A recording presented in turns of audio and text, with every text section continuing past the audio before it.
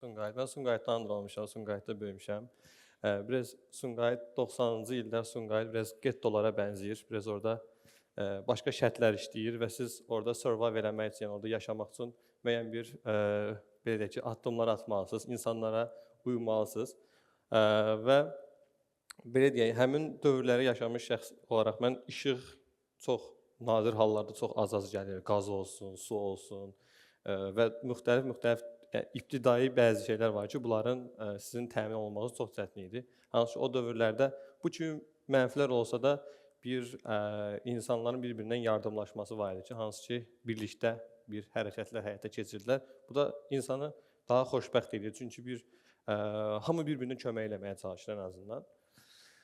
Bu yəqin ki, çoxunuza tanışdır. Məsələn, aroma qabları o vaxtlarda beləncə çox məşhur idi. Biz yadıma gəlir ki, ümumiyyətlə Sumqayıtın özündə belə bir spesifik bir şey var ki, heç kim varlı deyil və ya da ki, orta təbəqədə deyillər. Daha çox belə deyək ki, kasıb və insanlar Bakıda işləyirlər, bəziləri və ya da ki, hansısa fabriklərdə işləyirlər, mütəmadi olaraq Bakı, Sumqayıt arasında gedib gəlirlər. Bizdə də belə deyək, nə valideynlərə deyə bilirsən ki, mən nəsə oyun oynamaq istəyirəm və ya da ki, başqa bir şey eləmək istəyirəm, mən nəsə eləmək istəyirəm və pul verin deyə. Biz bunun üçün öz pulunu özün yaratmalısan. Uşaq vaxtından biz o arayış, axtarış, məsələn, evə nəsə alınıb, bunu gedib biz satırdıq, bu aroma butulkaları və bunu oxşar olaraq o qədər başqa nüanslar var ki, hansı ki, bunları satırdıq və bu pula çevirirdik, gedib PlayStation oynamaq üçün. Niyə? Çünki biz bunun pulunu ala bilmirik. Və yaxud da ki, mis, alüminium. Yəni, o vaxtdan artıq getdikcə çitayı qaldırmağa başlayırıq da yavaş-yavaş. Pulkadan keçdik alüminiuma, sonra keçirik misə. Yavaş-yavaş və mənim yaş olaraq da biz 10 yaşımız var, 11-12 yaşımız var və bizim pul qazanılacağımız çox da bir şey yoxdur həmin şəraitdə. Və təbii ki, bundan evdəkilərin xəbəri yoxdur. Biz bu işlərlə məşğuluq. Mama, birinci dəfə də eşidirsən. Okey. Və vaxt keçdikcə mən düşünürəm ki, istər o satışlarda butulka olsun və yaxud da ki, hər hansı bir nələrinsə satışında, bu mənim satışa, marketinqə belə deyək ki, yönəltdi. İxtisas seçiminə gələndə mən özüm tür liseyə məzunuyam Sumqayıtda və atamla müzakirə edəndə, atam mənim baş mühasib olub dərman firmasının neçə illər və məni maliyyə mühasibə sahəsinə yönəldirdi. Universitetdə bal toplayandan sonra 9 ixtisas yazmışam, 9-un 8-i maliyyə mühasibə sahəsindədir, birincisi menecment seçmişəm. 4 dənə Qafqaz Universiteti, sonra menecment ixtisası seçmişəm, sonra yenə Qafqaz Universitetini seçmişəm. İş elə gətirdi ki, mən menecment Dövlət İdarəçi Akademiyasına qəbul oldum, mən istəyən oldu. Amma indi şərait beləncə gətirdi. Amma həm də paralel şəkildə mən Türkiyədə Qazi Universitetinə qəbul olmuşdum. Hal-hazırda burada gördüyünüz Qazi Universitetinin qarşısında olan avtobus dayanacağıdır. Bunun da bir tarixi var. Necə tarixi var? Mən dedim ki, oxumayacağam Azərbaycanda, gedirəm və getdim Türkiyədə. Biraz oxuyandan sonra, bir müddət oxuyandan sonra gördüm ki, yox, mən buranı da xoşlamıram. Mən qayıdacağam, geri qayıtmaq istəyirəm. Çox çətin oldu bu qərarı vermək. Amma universitet dedi ki, okey, qayıda bilərsiniz. Universitetlə danışdıq, qayıtdıq Azərbaycana. Amma bu mənim həmin ölkədən, yəni Azərbaycana qayıtdıqdan həmin periodda bir il müddətdə çox fikirləşdim ki, bəlkə mən düz eləmədim, bəlkə səhv elədim. Tam bir il sonra universitetin qarşısındakı avtobus dayanacağını havaya uçurtdular. Bildiyiniz terror sardılısı oldu və uçurtdular.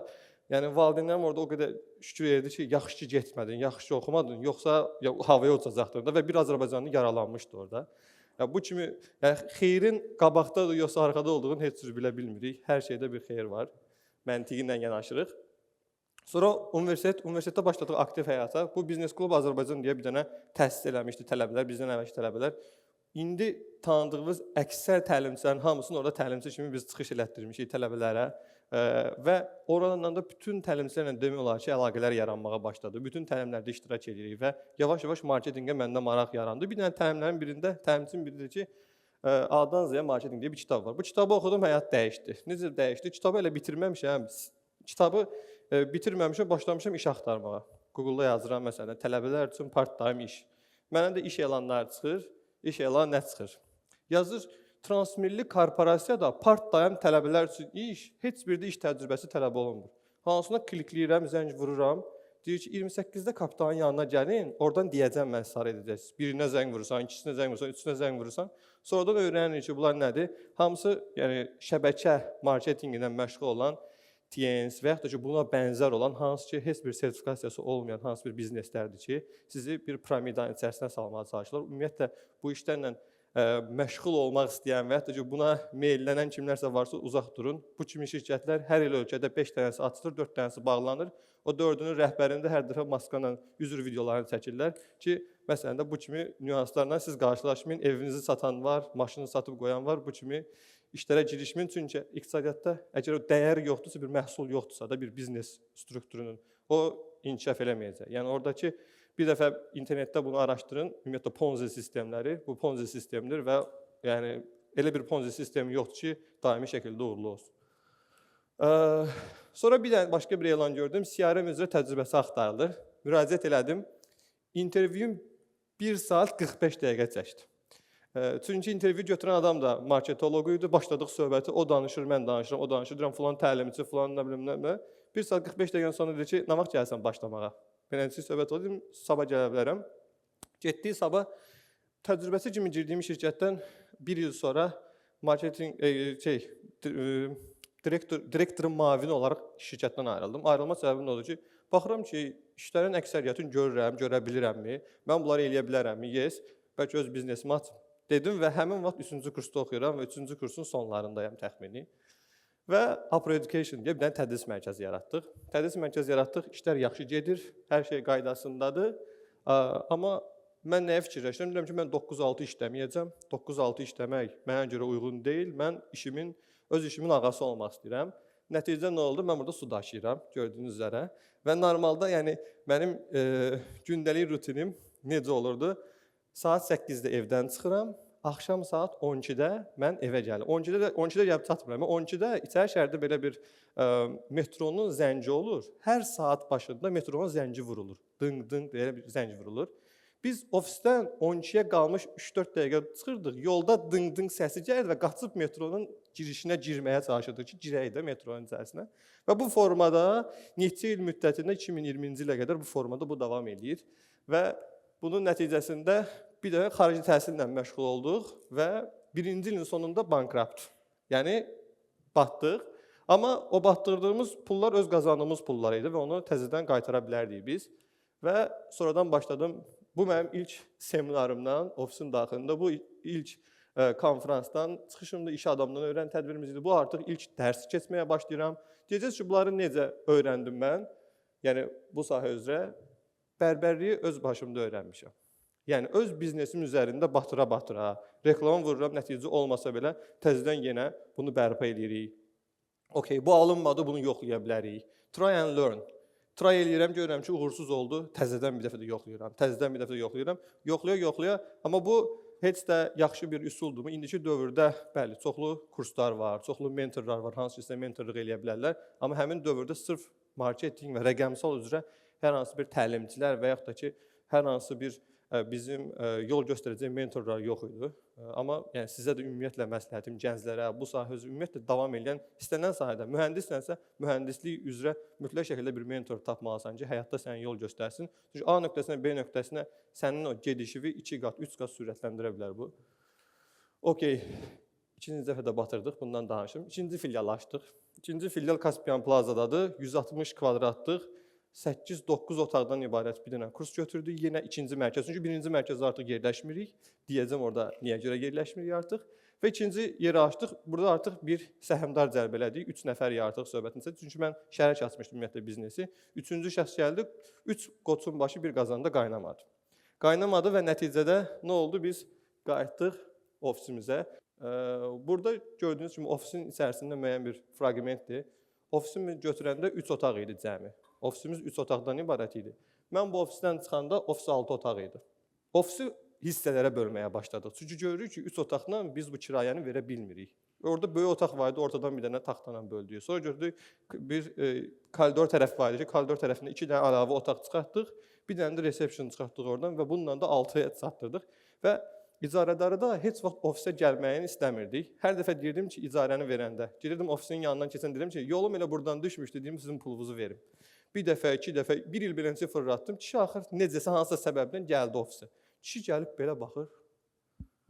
Deyir, baba xan, neynəmsən buranı? Deyirəm, yaxşıdır da, rəngləmişik, işıq zad qoymuşuq. Bir dənə də pianosu var idi, Belarus. Onu satmışıq, xəbəri yoxdur. Heç özünə də deməmişik heç.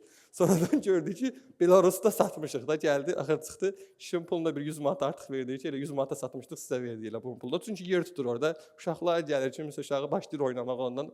Onu oradan deyə bilməzdik. Çünki o daşına biləcək bir şey deyil də. Okey.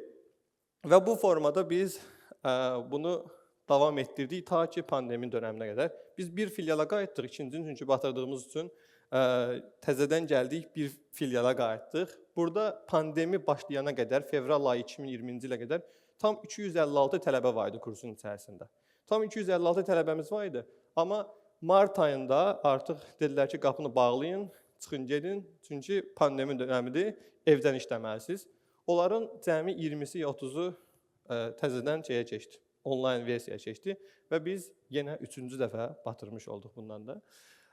Və korporativ həyata keçdim mən. Korporativ həyatda biz, belə deyək ki, Paşamakda mən işləməyə başladım. Həmin dönəm biraz çox çalxantılı dövr idi. Covid vaxtı idi, ailəmizdən çox adam itirdik orada və ən sonda dedim ki, okey də, korporativ başlayaq. Mən ən yaxşı nəyə bilirəm? Marketingi bilirəm, marketing üzrə başlaya bilərəm. Başladım və ondan sonra da çox uğurlu oldu. Hal-hazırda Paşamakda artıq 6 ilə yaxındır ki, çalışıram və paralel şəkildə işlədiyimiz çoxlu klinikalar, çoxlu xidmət sektoru. Özümün Digital Hero deyə rəqəmsal agentliyimiz var. Onunla da çoxlu şirkətlər, həm xarici, həm də yerli şirkətlərə çoxlu xidmət göstərir. Ağlınıza gələ biləcək istənilən ölçü üzrə reklam vermişik, reklam fəaliyyətində məşğul olmuşuq. Bir Avstraliya vətəndaşına Kolumbiya vizasını satdığımı xatırlayıram. Çox maraqlı bir case idi. Hamısını digitalla satışını həyata keçirdik. Sonra gələk buna. Bu indi görsənmir burada Prius var. Sol tərəfdə bir Prius var. Sağ tərəfdə də bir Prius var. 2020-ci ildir. Mən dedim ki, öz sahəmdən kənara çıxdım ilk dəfə. Marketingdən kənara çıxıram. Dedim, mən Prius alıb aboroda buraxacam. Yəni Priusla taksi şirkətinə qoşulacam. Və maşını aldım. Bir taksi parklarının birinə qoşulmuşam. Hər şey superdir. 10 gündür qəşəng pul gətirir. Mən deyirəm ki, nə qəşəng işdir. Bir dənə də kreditə girim, ikinci maşını alacam mən bundan. 10-cu günün sonunda maşınım yandı. Şofer zəng eləyib ki, müəllim, maşın yanır, gəlin. Getdim axır ora, getmişəm yerinə belə baxıram. Deyirəm, burada müsbət nə görüm mən. Belə baxıram, deyirəm, yaxşı kişi içində deyildi. Heç nə, dedim oradan da çıxdıq. Onun neçə il kreditini biraz götürmüşdüm ki, onu mən bilirdim ki, bir illə onu bağlayacağam və növbəti ikinci, üçüncü artıq planına qədər qurmuşdum. Sonra mənə həyat nə öyrətdi? Bilmədiyin işə girmə. Çünki sən bilmirsən. Maşını alanda kiməsə güvəndim, dedi ki, mənim tanış ustam var, dedi, ustayı onunla yoxladıq. Yoxlatdıq, amma düzgün olmadı, içərisində başqa bir şeylər varmış. Sonradan problem, dedi ki, okey, o maşın hələ də yanıb və hansısa bir qarajda qalır, düzəltdirmək də olmur. Çünki o vaxtdan gözlədim ki, Gürcüstanla quru sərhəd açılar, amma maşını deyib düzəltdirərəm. O vaxtdan da Gürcüstanla sərhəd açılmır da, yəni də. O vaxtdan bağlıdır hələ də. Nəsə, olmayanda olmur. Okey, sonrasında isə burada bu bizim marketing zirvəsi 1-2. Sonradan gördüm ki, mən bu sahədə uğurluyamsa, marketing sahəsi, ancaq bu sahə üzrə davam edəsəm, daha çox uğurlu olaram. Onun üçün community qurmağa başladım, daha çox dərs deməyə başladım. Əvvəllər dərs deyirdim, amma sonrasında daha da bunu böyütdük. Artıq bunu tədbir halına keçirdik. Artıq biz böyük bir ailəyik məncə. Bu ailənin üzvləri də çoxdur burada. Nə qədər burada oturan mənim tələbələrim var, bir yerdə çalışdığımız iştirakçılar var. Çox sağ olsunlar. Və bu yavaş-yavaş, bu sağ tərəfdə gördüyünüz məsələn frisbee komandasıdır. Mən Azərbaycan Milli Frisbee komandasının üzvüyəm və biz frisbee oynayırıq. Mütəmadi olaraq xarici yarışlara gedirik. Avropada, Asiyada. Bu yaxınlarda da Yaxın Şərq üzrə noyabrda Azərbaycanda yarışımız olacaq. Yarışda iştirak edəcəyik. Azərbaycanı təmsil edəcəyik. Və hamınızı gözləyirəm, gəlib baxmağa, azərkeşliyə. Və bu bizə nə öyrədir? Networking is everything. Yəni, ümumiyyətlə sizin gələcək iş həyatınızda olsun, ümumiyyətlə bundan sonraki karyeranızda sizin təhsiliniz cəmi sizin ümumiyyətlə sizin iş tapmanızı, karyerada uğurlu olmanızı cəmi 10% təsir edir. Sizin təcrübələriniz isə cəmi burada 30% təsir edir. Qalan 60% isə əksər hallarda sizin ümumiyyətlə networkinginizdə, tanışlığınız, insanlarla qurduğunuz əlaqələrdir. Əgər sizin əlaqələriniz yaxşı deyilsə, networkiniz və yaxud da ki, communityniz zəifdirsə, insanlar ətrafınızda yoxdursa, siz çox da uğurlu ola bilmərsiniz. Bunun əvvəlki adı dayday idi, indiki adı isə tanışlıqdır. Siz kimlərsə mütləq şəkildə bu qohumlardan belə ola bilər. Onunla yaxşı əlaqələriniz olması lazımdır. Və yaxud da ki, hər hansı bir sizin bir növ belə deyək ki, hər hansı bir könüllülük fəaliyyətindən, iş fəaliyyətindən və yaxud da ki, hər hansı bir əlavə yerdən sizin tanışdıqlarınız olmalı ki, onlar da sizi yaxşı tanımalıdırlar, özünüzü yaxşı mənada göstərməniz lazımdır. Sonrasında isə ümumiyyətlə mənim həyat devizim qatar yolda düzələr ta ki Priusu yandırana qədər idi. Ondan sonra artıq qatar yolda düzələr söhbəti yoxdur. Hər şeyi planlamaq lazımdır. Qatar hardan hara gedəcək, A nöqtəsi, B nöqtəsi, C nöqtəsi hamısını artıq planlamağa başladım ki, bu da artıq mən motivasiyadan artıq çıxırdım. Çünki hamısında qaza gəlirsən, bir dənə plan, eləyə bilərik, kimdən pul tapacaq filan kəsdən davay başlayaq.